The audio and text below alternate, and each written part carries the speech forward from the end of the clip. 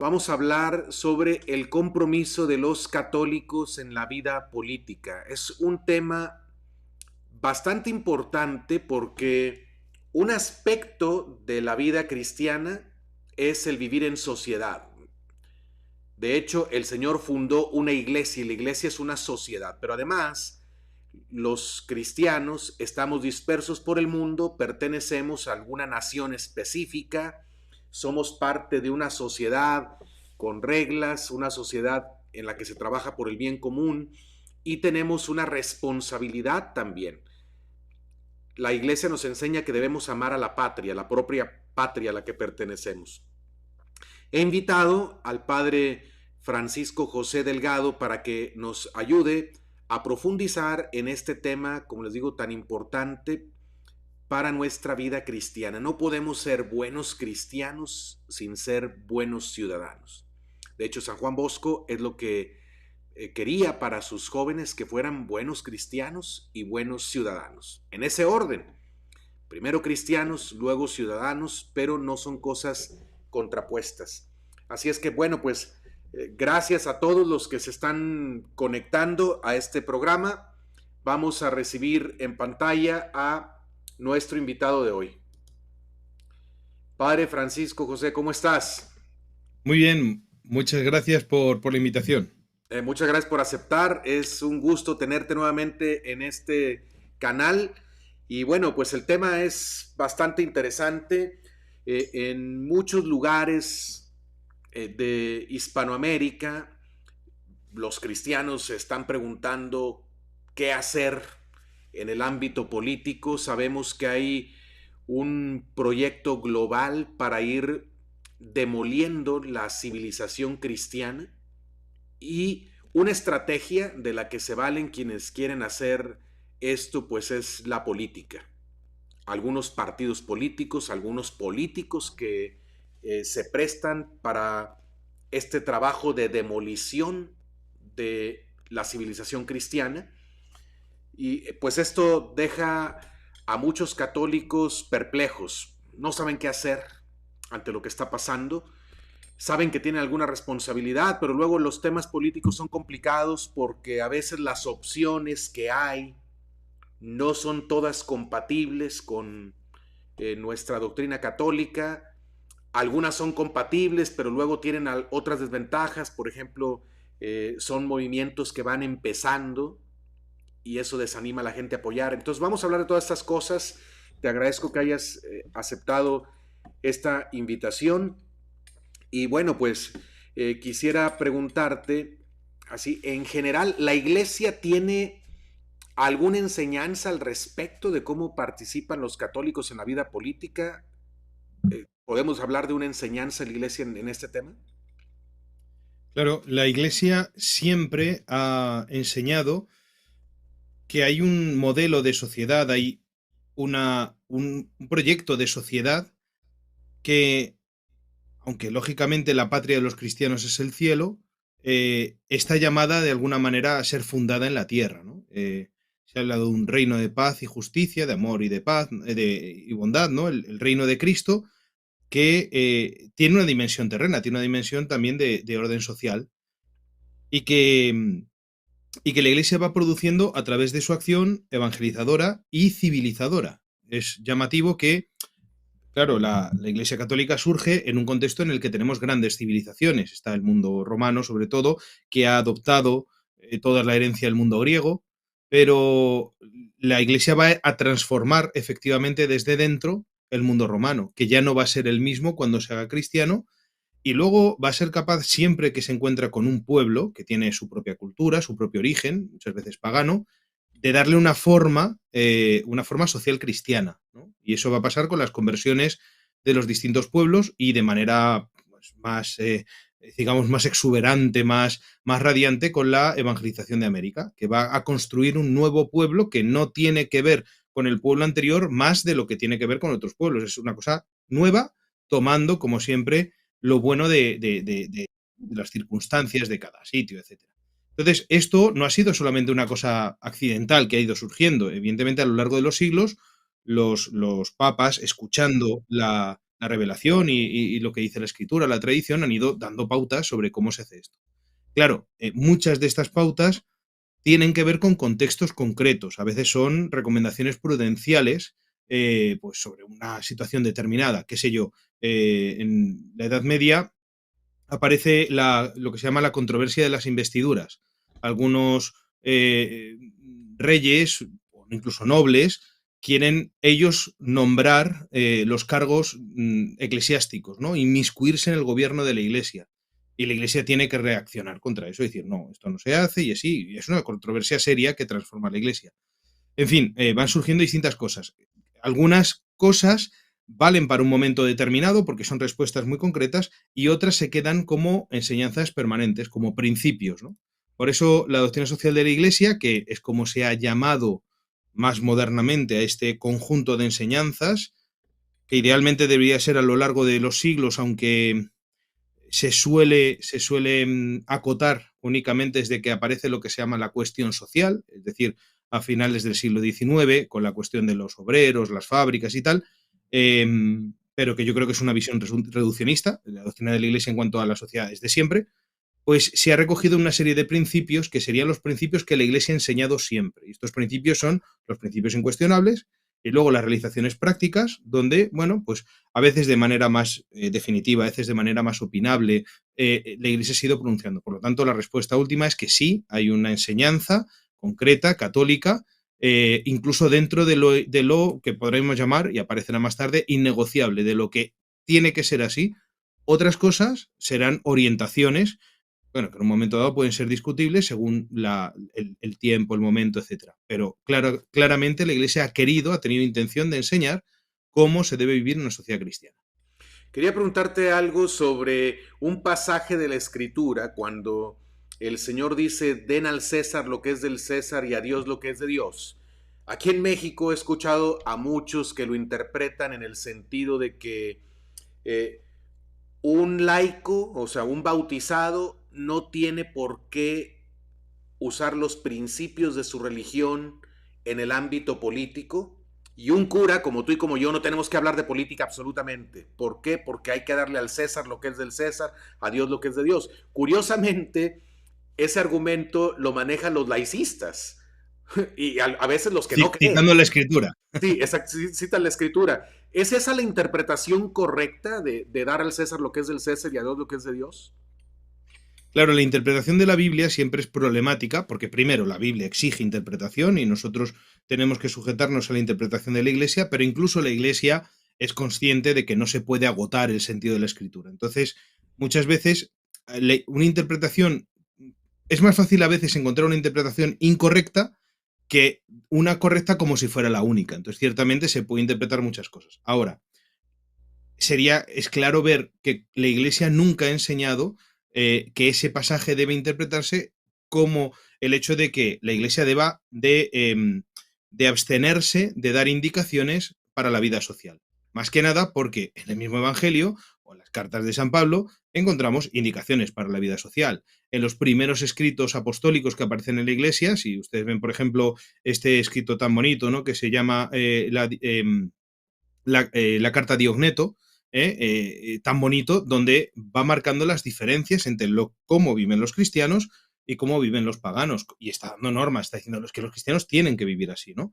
Entonces la Iglesia siempre ha dado una serie de indicaciones que van más allá de afirmar una fe desde el punto de vista teórico, es decir, desde el punto de vista de las verdades de la fe, sino que también hay unas verdades prácticas que suponen una vida moral que no es tampoco solamente una moral individual, sino una moral social. Y esto la Iglesia ha asumido con toda tranquilidad el orden clásico aristotélico, donde la política es la ciencia práctica superior. Es decir, la moral individual sería una ciencia práctica y lo superior de esa ciencia, en el mismo orden de la moral, sería la política. Por lo tanto, sería la moral individual y la moral social. Y la Iglesia ha afirmado las dos. Entonces, lo que quiero decir es que este pasaje no se debe interpretar así. Ahora, dos formas que yo creo que son correctas de interpretar. Una que suelo hacer yo, suelo decir, vamos a ver, Jesucristo en ese pasaje toma la moneda en la que lo que se hace es que se graba la imagen del César, ¿no? Entonces dice, a ver, ¿de quién es la imagen que hay aquí grabada? Pues es del César. Luego, dad a César lo que es de César y a Dios lo que es de Dios. Entonces, claro, uno supone que eso quiere decir que las cosas temporales, las cosas políticas corresponden al César. No, porque ¿dónde está? Dice, la imagen de César está grabada en la moneda, correcto. ¿Dónde está grabada la imagen de Dios? Porque sí, hay un paralelo. Es decir, ¿dónde está grabada la imagen del César? Eso es del César. Y se está refiriendo al pago de los impuestos en concreto. ¿Dónde está grabada la imagen de Dios? La imagen de Dios está grabada en el hombre. Luego, entonces, el hombre es de Dios. Y claro, todo lo que es social pertenece al hombre, con lo cual no me parece justo que se utilice ese pasaje, por ejemplo, para afirmar cosas que tienen que ver con el hombre. ¿No? Las normas, digamos, de funcionamiento, el manual de instrucciones del hombre sería el de Dios, dado que el hombre es de Dios, porque en él está grabada su imagen. El hombre está hecho imagen de Dios. Esa es una interpretación. Segunda interpretación, en la Edad Media se empieza a ver este problema, a ver, que ya era antiguo y se ha ido viendo de distintas maneras, pero se teoriza. Y se dice, bueno, ciertamente hay un orden temporal y un orden espiritual. Yo soy especialmente devoto de Bonifacio VIII, que tiene muy mala fama por estas cosas, además. Dante lo coloca en el infierno, por ejemplo, pero bueno, no es.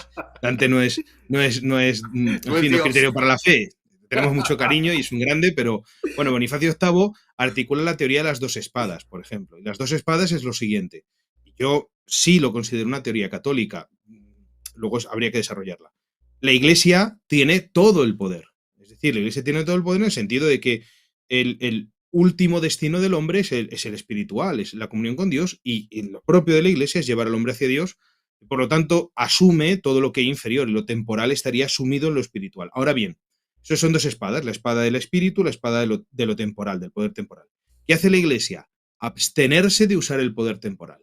Y le entrega la espada de lo temporal al soberano cristiano, porque estamos en un orden cristiano, que esto será muy importante siempre diferenciar, cuando hay una sociedad cristiana y cuando no la hay. Porque los católicos se han comportado de manera distinta en función de la sociedad en la que han vivido. Entonces, la Iglesia, dice Bonifacio VIII, retiene para ella la espada espiritual, que no la entrega al soberano temporal. Es decir, es importante porque el soberano temporal no tiene nada que decir en cuanto a la fe. Pero la espada temporal, la de las cosas del día a día, de la sociedad, se la entrega al soberano y le dice, esto es tuyo, haz como tengas que hacerlo, eso sí, dentro del orden que establece lo espiritual, que es superior. Entonces, efectivamente, la Iglesia se ha establecido como un límite, un tope, una limitación efectiva, además la más efectiva, en mi opinión, para el poder temporal, que por su propia naturaleza tiende a excederse, ¿no? Ya sabemos que hay una frase típica que se suele atribuir a Lord Acton, que es, bueno, se le considera un católico liberal, ya sabemos que esto tiene sus problemas, pero bueno, frase, digamos, dice él, el poder corrompe y el poder absoluto corrompe absolutamente, se le suele decir. La Oye, Iglesia, aunque haya utilizado la palabra absoluto en algunos momentos, los católicos, la doctrina social, no católica en sentido de sancionada, pero sí muchos católicos, siempre ha dicho que el poder temporal tiene que estar sujetado, que sería lo distinto de absoluto. Tiene que estar sujeto al bien, a la justicia, a la moral y a la fe también, ¿no? Sobre todo en una sociedad cristiana. Entonces, de alguna oye, manera, la Iglesia retiene para ella ese poder y le entrega el poder temporal al soberano. Entonces, la Iglesia hay materias temporales en las que no se mete, porque no es lo suyo, y ahí sí se podría decir, hay una cierta separación. Pero a la vez dice, cuidado, tu tope es el tope de lo temporal, de lo que te ha sido confiado. En el momento, por ejemplo, que tú quieras definir lo que es bueno y lo que es malo, o que tú quieras meterte en el gobierno de la Iglesia, o que quieras meter a la Iglesia bajo tu control, ahí es donde la Iglesia, y esto ha pasado siempre en la historia, se ha levantado y dicho, no, hasta aquí has llegado. Y por eso bueno, Bonifacio VIII, como no, otros no papas, siempre últimamente. excomulgaron a emperadores. ¿Perdón? Últimamente parece que la iglesia no protesta tanto, no defiende tanto el poder que le toca. Pero lo que Sí, estás ese es el problema. diciendo me parece muy en conformidad con la afirmación de la escritura de que toda autoridad viene de Dios, ¿no? Esa es una Sí, forma de poner en práctica esa verdad de que toda autoridad viene de Dios. Me parece bien. Y me parece una lástima que en algunas ocasiones, pues algunos pastores de la iglesia, parece que decimos en México, se ponen de tapetito para que los pise el poder político. Pero bueno. Uh, ahora, bueno, adentrándonos en el tema de hoy, ¿podrías decirnos primero en general eh, cuál es la enseñanza de la iglesia en general, principios generales sobre la participación de los cristianos en la vida social? Bien, ahí es donde ciertamente hay que meterse en una cuestión que es ya de tipo coyuntural. Es decir, vamos a hablar de lo que la Iglesia enseña hoy, que es evidente que hoy, donde la mayor parte de nuestras sociedades tienen un sistema, por ejemplo, de funcionamiento de democracia constitucional, en algunos casos se llama democracia liberal, en otros, como uno lo quiera llamar, pero todos entendemos más o menos cómo está la cosa, la Iglesia ha dado una serie de indicaciones para este contexto, que a lo mejor, si estuviéramos en el tiempo de que había reyes cristianos y había países, por ejemplo, confesionalmente cristianos, donde pues a lo mejor no había libertad religiosa, por ejemplo, pues habría otra enseñanza, ¿no? Porque ya digo, manteniéndose los principios está. Entonces, yo ahí me referiría como documento fundamental que un cristiano que quiera formarse puede leer, y además es breve y asequible, a la nota doctrinal sobre algunas cuestiones relativas al compromiso y la conducta de los católicos en la vida política. Si lo buscan así, buscan conducta de los católicos en la vida política, así algo breve, rápidamente van a encontrar un enlace a la página oficial del Vaticano y aparecerá un documento de la Congregación para la Doctrina de la Fe, que ahora se llama Dicasterio para la Doctrina de la Fe, le han cambiado el nombre. Antiguamente, Santo Oficio. Y, Ha ido resulta bajando, que ha ido bajando de nivel. sí, es sintomático también lo de, porque a mí me gustaba lo de Santo Oficio, era bien bonito, ¿no? Pero mira, y entonces ha ido bajando en muchos sentidos, voy a decir, porque el responsable de este dicasterio romano era un señor que se llamaba el cardenal Joseph Ratzinger, que conocemos, Benedicto XVI. Por eso, hombre, pues claro, es una altura muy grande. Ciertamente es fácil ver que incluso, aunque alguno de sus sucesores es el cardenal Gerhard Ludwig Müller, ¿no? Que también es muy querido para nosotros, sin embargo, hombre, Ratzinger, en fin, o sea, tiene un peso importante, ¿no? Bueno, pues siendo prefecto de este dicasterio el cardenal Ratzinger, el año 2002, pontificado de Juan Pablo II, se hizo esta nota doctrinal que, bueno, hoy en día no hay nada semejante, digamos, con la claridad digamos, y la precisión con la que se enseña. Dice un hombre, pero este no es un documento de un papa, porque aunque luego Ratzinger sería papa, en este momento no lo era. Bueno, pues los documentos de ciertas congregaciones, como la Congregación para la Doctrina de la Fe, en un momento dado se presentan al Papa y el Papa, si quiere, las hace suyas. Y aunque el emisor del documento sigue siendo este dicasterio, al final aparece una notita, que lo dice en esta en concreto, lo tengo delante por eso lo leo. El sumo pontífice Juan Pablo II, en la audiencia del 21 de noviembre de 2002, ha aprobado la presente nota, decidida en la sesión ordinaria de esta congregación, y ha ordenado que sea publicada. Cuando hace esto, esta nota aparece en el boletín oficial de la Santa Sede, que se llama Acta Apostolicae Sedis, y ahí se puede leer como magisterio de la Iglesia, insisto, siendo que es de una congregación.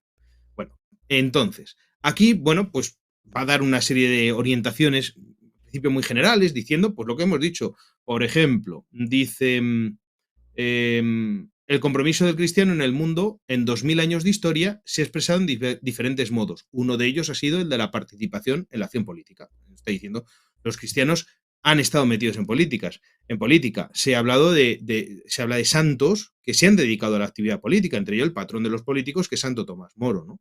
Por ejemplo. Y en fin, bueno, va diciendo distintas cosas y cómo la Iglesia ha ido enseñando, ¿no? Ahora dice, segundo punto, algunos puntos críticos en el actual debate cultural y político. Por eso está diciendo, esto es para ahora. A lo mejor no, estas cosas no valdrían exactamente igual, o no se podrían decir exactamente de la misma manera hace 500 años, pero ahora estamos en esas, ¿no? Y por eso dice, ¿qué está sucediendo? Dice, por ejemplo, hay un relativismo cultural.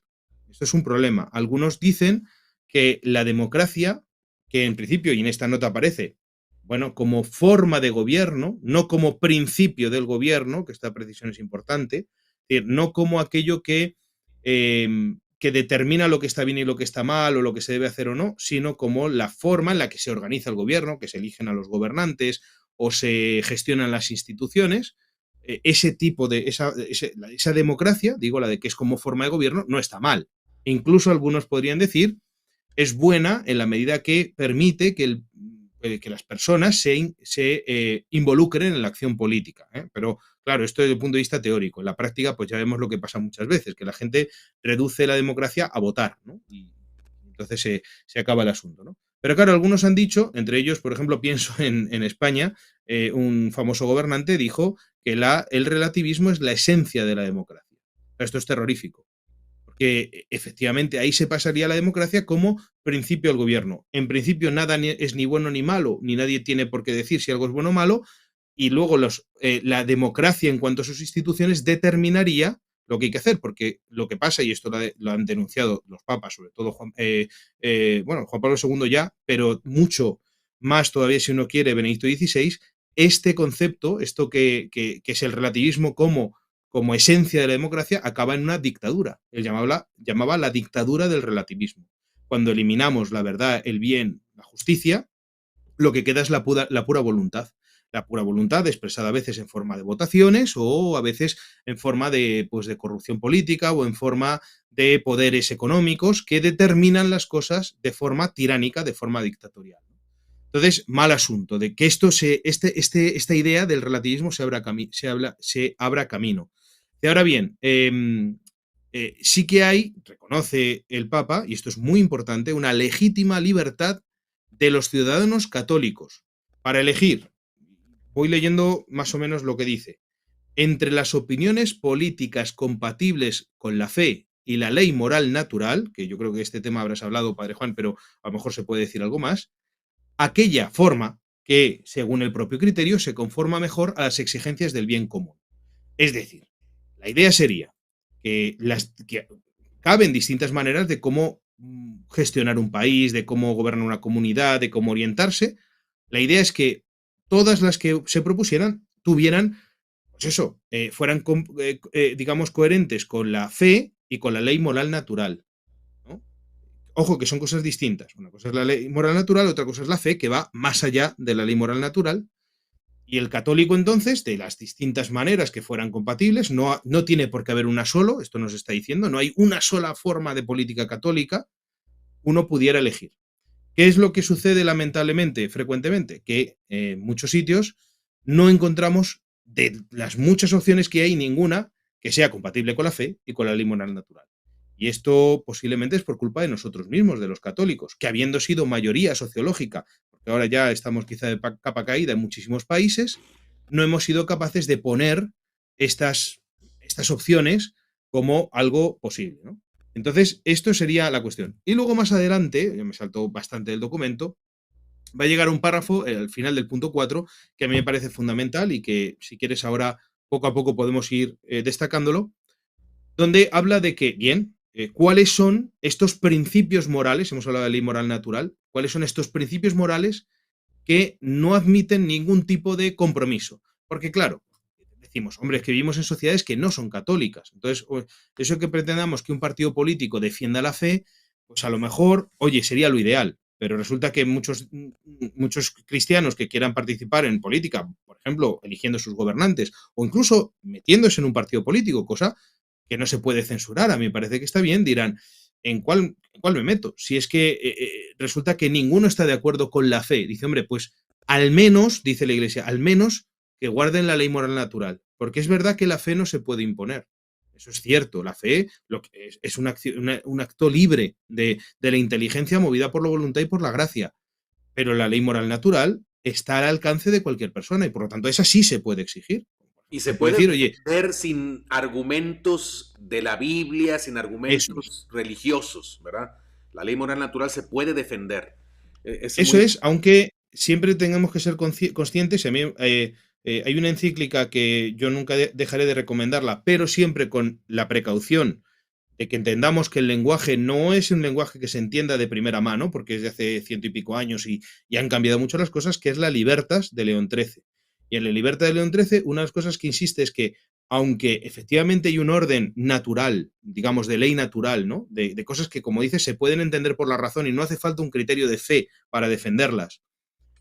Sin embargo, cuando los cristianos crean una sociedad cristiana, y la sociedad cristiana sí que es con la fe, esto es importante, no es la ley del derecho natural, no es el derecho natural solo, sino también el derecho divino, esa es la sociedad específicamente cristiana, cuando esto se hace, esto no va en contra del orden natural, sino que lo hace mejor. No sé si me explico. Oye, a ver, Uno podría decir, déjame hacerte esta pregunta porque también venga, tiene que ver con el pensamiento que yo he escuchado en muchos compatriotas míos. Como ya nos han formateado, por decir así, la mente en el laicismo. O sea, lamentablemente hemos aceptado que la mejor forma de gobierno tiene que ser no religiosa. O sea, el laicismo es lo máximo, porque el laicismo garantiza que se respeten todos los derechos humanos, los derechos de todos, creyentes y no creyentes. Eh, ¿Está equivocado que católicos, que cristianos quieran un gobierno cristiano, un orden cristiano social? A ver, el orden cristiano, y específicamente cristiano en cuanto que defiende, como decimos aquí, los principios de la fe, es deseable, es lo que hay que conseguir. Pero tenemos que tener en cuenta que en cuanto que es cristiano y por lo tanto sobrenatural, no se va a conseguir nunca por los medios naturales. Es decir, no se consigue haciendo campaña política, se consigue evangelizando. Es decir, el orden social cristiano debería ser la consecuencia de una sociedad cristiana. Entonces, y ahí es donde uno tiene que mirar qué es lo que tenemos. Y si decimos, oye, pues precisamente por haber renunciado a que esto es una cosa que la Iglesia ha hecho, la Iglesia ha renunciado en la práctica a la construcción de una sociedad cristiana, ha asumido, yo siempre digo, por una mala lectura de esta epístola a Diogneto, que es tan bonita, pero hay un punto en donde dice es que los católicos somos una minoría, sí, y entonces han dicho, uy, qué bonito la minoría, ¿no? Estamos llamados a ser una minoría, no, perdona, no, o sea, esto está escrito en el siglo I, cuando efectivamente los católicos, los cristianos eran una minoría, pero hoy en día lo que estamos llamados es ser mayoría. Estamos llamados a que todo el universo se ponga a los pies de Dios y de Cristo y que todos los hombres se salven. Para que se salven se tienen que hacer cristianos. Entonces, estamos Pero llamados a no, la no pondría eso en universalidad. riesgo los derechos de los protestantes que viven en un país de mayoría católica, de los ateos, de los judíos. ¿No pondría esto en riesgo sus derechos, tener un Estado que Claro, reconozca públicamente a Jesucristo Rey? Porque es un argumento que manejan las personas, ¿no? efectivamente. El problema es eso, que ahí habría que ver de qué tipo de sociedad estamos hablando. Porque, claro, si hablamos de sociedades nacionales, sociedades que son muy grandes, hoy en día, pero como consecuencia de la descristianización, etcétera, pues nos encontramos con una pluralidad enorme, ¿no? Una pluralidad incluso negativa, porque encontramos cosas malas también, ¿no? Y entonces eso hace que los principios de gobierno tengan que moverse hacia el orden de la tolerancia, por ejemplo. Siempre la Iglesia es respetuosa al hablar de libertad. A veces sí utiliza la palabra libertad religiosa, que se ha puesto como, digamos, como un lenguaje coloquial, pero hace la precisión, cuidado.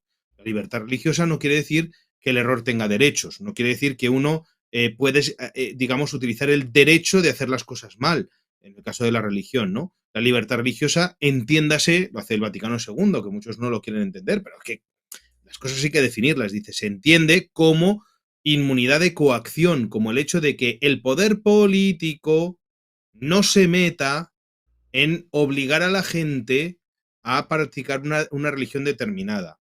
Porque eso, a lo mejor, en una sociedad cristiana sería aconsejable. El problema es que tenemos ahora, ¿no?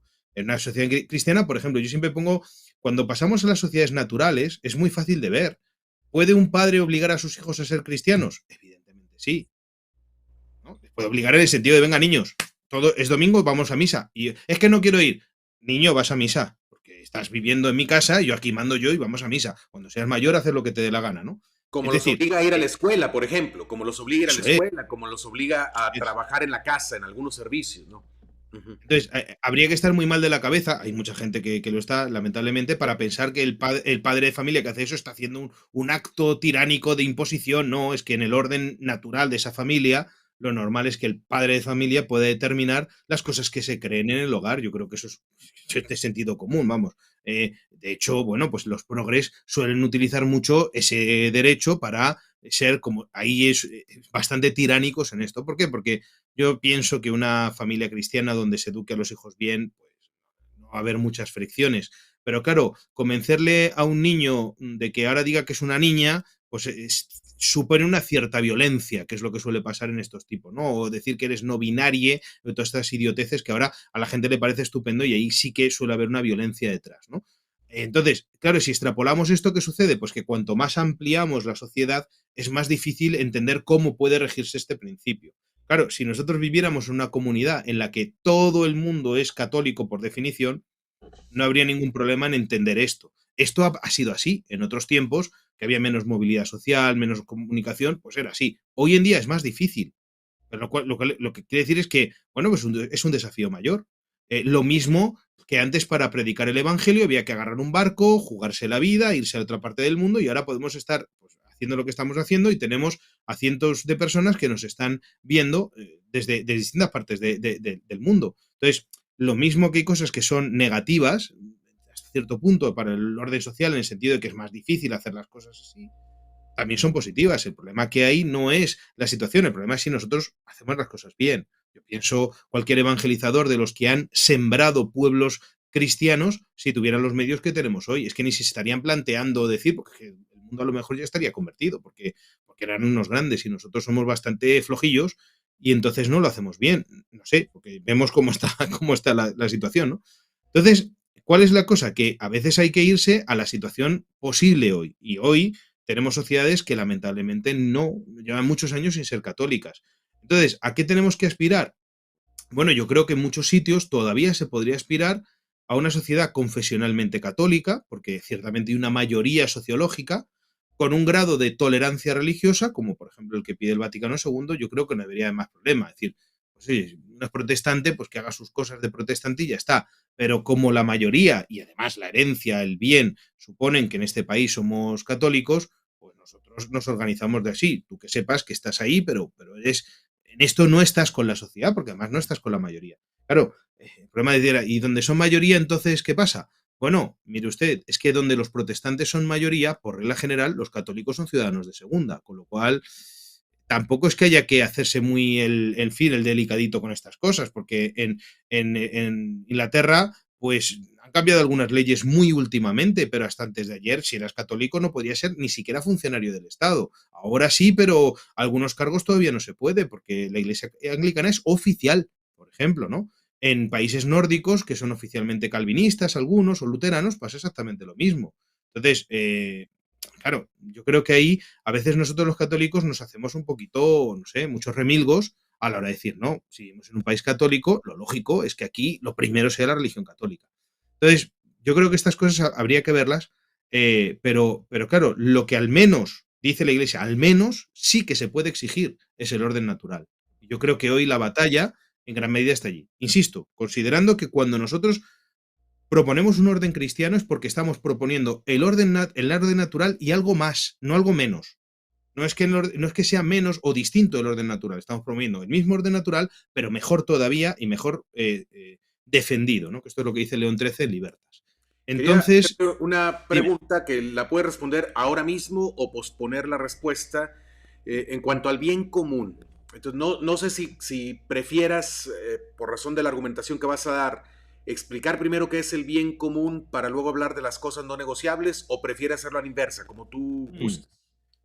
A ver, pues mira, yo creo que podemos hablar primero del bien común, y porque luego va a aparecer en lo no negociable, va a aparecer el bien común. Entonces, mejor dejarlo claro antes, porque el bien común, aunque en el orden este de igual de los principios de la doctrina social de la Iglesia o en este orden que es distinto, aunque en muchas cosas coincide, de digamos estas exigencias éticas fundamentales, que son más concretitas, el bien común aparece más adelante. Sin embargo, tradicionalmente